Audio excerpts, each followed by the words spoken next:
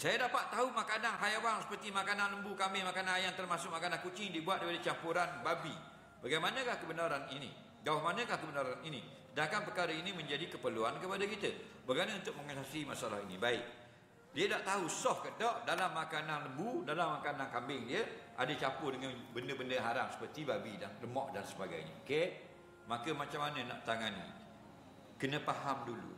Siapa yang haram? Babi-babi ni siapa yang haram? Kalau bab makan lain, bab sentuh lain.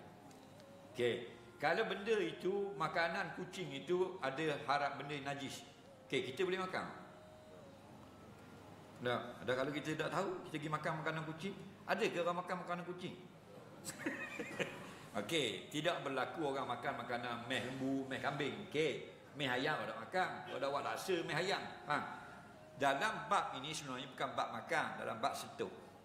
Okey, kalau meh tu najis mutawassithah, kita basuh cara mutawassithah. Kalau meh tu mughallazah, maka kita basuh cara mughallazah. Faghsilu sab'a, basuh 7 kali. Apa tadi pegang meh lembu. Meh lembu ni tulis supit ada campur dengan lemak babi. Maka kalau benda itu jenis mustahlik walaupun dia lemak babi, hukumnya basuh sekali saja macam mutawassithah. Yang wajib basuh 7 kali benda yang ain daripada babi. Contoh mudah gini, tak faham gitu. Makan yang ada babi ada dua. Satu, babi itu jenis tokor, jenis ainiyah tokor. Okey.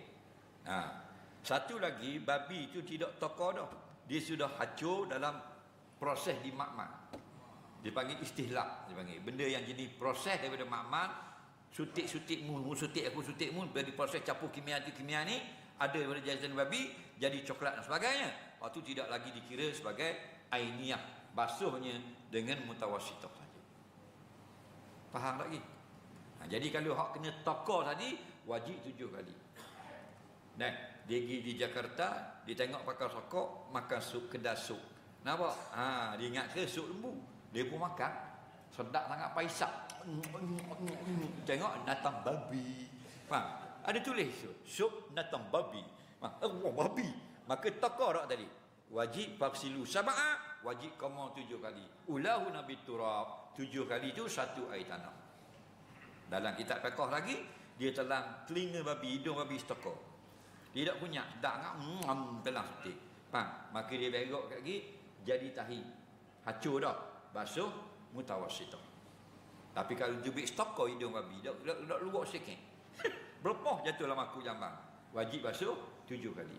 Nampak lagi ya? Okey.